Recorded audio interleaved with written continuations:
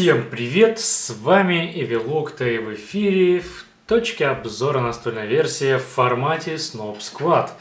Да, я решил перезапустить серию своих видеообзоров настольных игр и снять все в новом, в том же самом формате, но на новом канале. Поэтому давайте же посмотрим, что же сегодня будет у нас анбокснуто. И это так же, как и на моем канале, Age of Empires 3, настольная игра, эпоха открытий. Отличная игра, и давайте ее по-быстренькому распакуем, посмотрим, что внутри нее. Опа! Коробка довольно массивная, много элементов, поэтому по порядку. У нас первое, что бросается в глаза, это правила настольной игры. Как и любой хардкор, довольно длинный перечень правил. Сколько здесь страниц? Ну, тут не пронумеровано. Ну и неважно. В общем, книжечка правил. Дальше игровое поле. Игровое поле большое.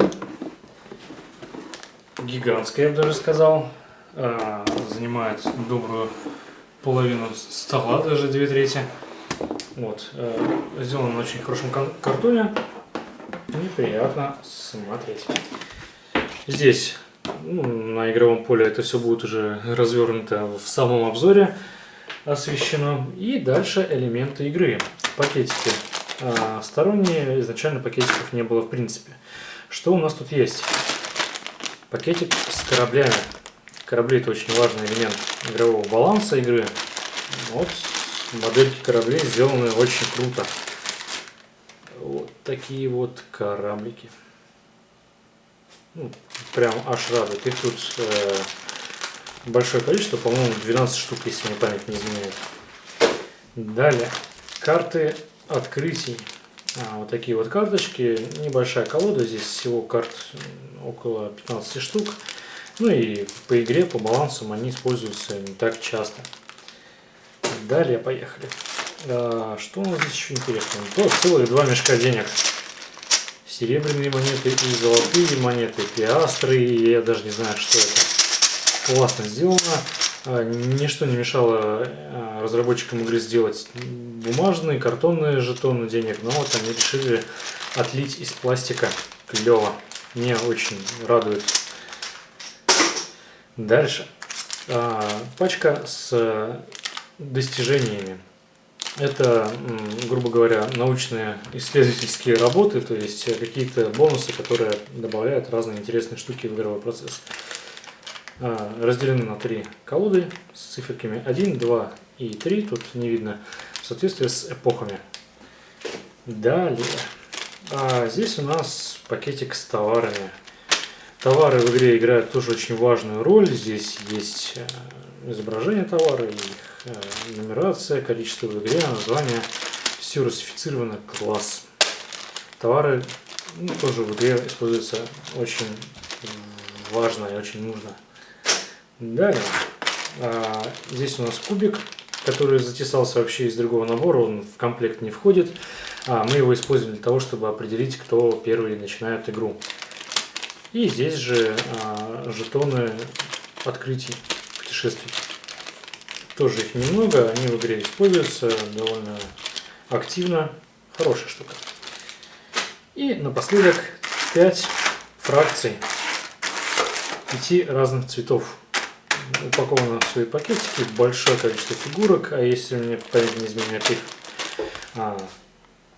по-моему 60 или 50. Кстати, давайте посмотрим в правилах. Тут наверняка есть количество жетонов и количество фигурок. 10, да, их 60 штук в каждом пакете. То есть представьте, да, в игре 5 фракций по 60 фигурок, итого 300 фигурок. Притом это не жетоны, а именно фигурки, полноценные, вылитые из пластика. Очень крутая фишка игры. В том плане, что в комплект вот вместо жетонов, как обычно это входит в евроигры, именно такие вот вылитые фигурки. Вот такой вот небольшой наборчик и небольшой анбокс. Ну и это новый формат, я не буду много распыляться на тематику и прочее. Это все будет у вас на одном обзоре. Вот, именно так я решил стартануть рубрику настольных игр на канале Snob Squad X Retrobit. Настольных игр довольно много, то есть обзоры будут регулярно, я думаю, регулярно появляться на канале.